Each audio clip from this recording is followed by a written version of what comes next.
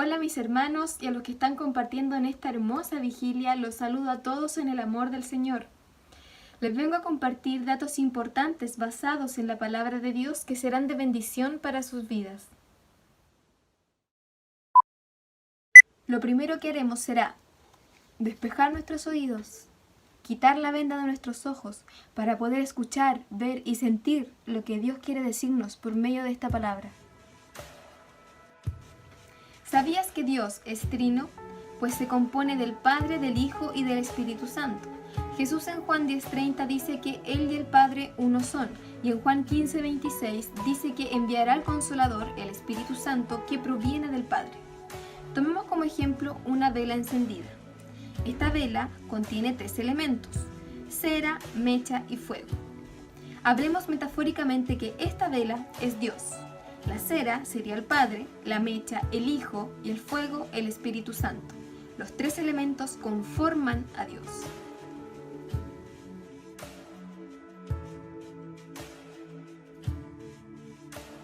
Pero, ¿quién es Jesús? Partamos por definir qué significa Jesús. En hebreo quiere decir Dios salva. Y vemos en la Biblia, en Mateo 1:21, cuando el ángel le dice a José que María tendrá un hijo al cual pondrá por nombre Jesús, porque éste salvará a su pueblo de su pecado.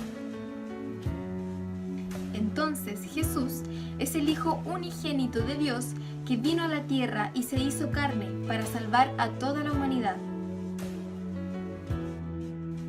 Ahora la pregunta es ¿por qué o de qué tenemos que ser salvados? Para simplificarlo, leemos en Génesis cómo Satanás pudo engañar al hombre llevándolo a desobedecer a Dios.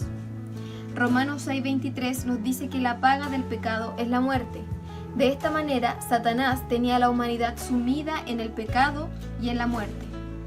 Es así como se generó esta división entre Dios y los hombres. Pero, ¿de qué manera la humanidad podía volver a tener esta comunión con Dios y salvarse de la muerte? Alguien tenía que venir y vencer a Satanás y vivir toda su vida sin pecado para que pudiera ser un puente entre Dios y los hombres. Juan 3:6 nos dice que este puente es el Hijo unigénito de Dios, o sea, Jesús. Cuando Cristo estaba en la cruz y murió, Satanás creyó que había derrotado a Dios, pero estaba completamente equivocado, pues Jesús había muerto irreprensible sin conocer el pecado. Es por esto que Satanás no tuvo razones para acusarlo, y cuando Cristo resucitó al tercer día, significó la victoria sobre el imperio del pecado y de la muerte. La segunda parte del versículo de Juan 3:6 dice, para que todo aquel que en él cree no se pierda, mas tenga vida eterna. Esto contiene una enorme esperanza para mí y para ti, pues Jesús vino y preparó un camino que podemos seguir, un camino que conduce directamente a Dios. De esta manera, el sacrificio de Jesús nos permite ya no ser esclavos del pecado, y si perseveramos en él, Satanás ya no tiene control sobre nuestras vidas. Con la ayuda de Dios puedo recibir el poder para vencer el pecado que está en mi carne. Si resisto a Satanás y hago morir el pecado, cada vez estoy más cerca de Dios. ¿Sabías que Dios es amor, es eterno y poderoso y además es justo? Dios es eterno y poderoso. En Apocalipsis 1:8 nos dice, yo soy el Alfa y el Omega, el que es, el que era y el que ha de venir, el Todopoderoso.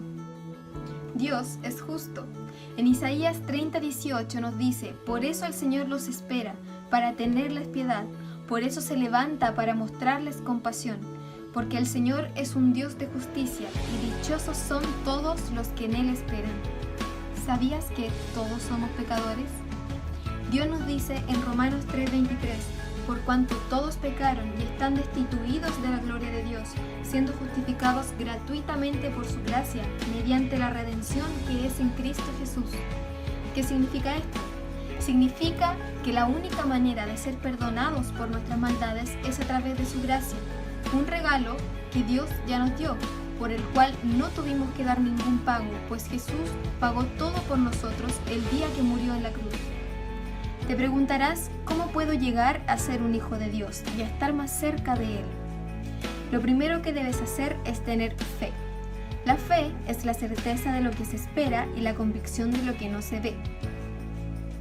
Dios no lo vemos físicamente, sino que escuchamos su palabra y por medio de ella creemos en Él y esperamos tener una vida eterna con Él. El segundo paso para ser un hijo de Dios es arrepentimiento. El Señor dice en su palabra que si confesamos nuestros pecados, Él es fiel y justo para perdonarlos y limpiarnos de toda nuestra maldad. El tercer paso es el más hermoso, pues debes reconocer que Jesucristo, Hijo de Dios, vino a la tierra, se hizo carne, murió en una cruz y al tercer día resucitó, dándonos a nosotros la oportunidad de ser salvos y estar con Él un día en la gloria eterna. A Dios no le importa quién seas, de dónde vengas, ni siquiera le importa lo que hayas hecho. Él está con los brazos abiertos, lleno de amor, esperando que tú creas en Él, que reconozcas a su Hijo como tu Salvador, porque así tú vas a ser salvo, perdonado y serás libre.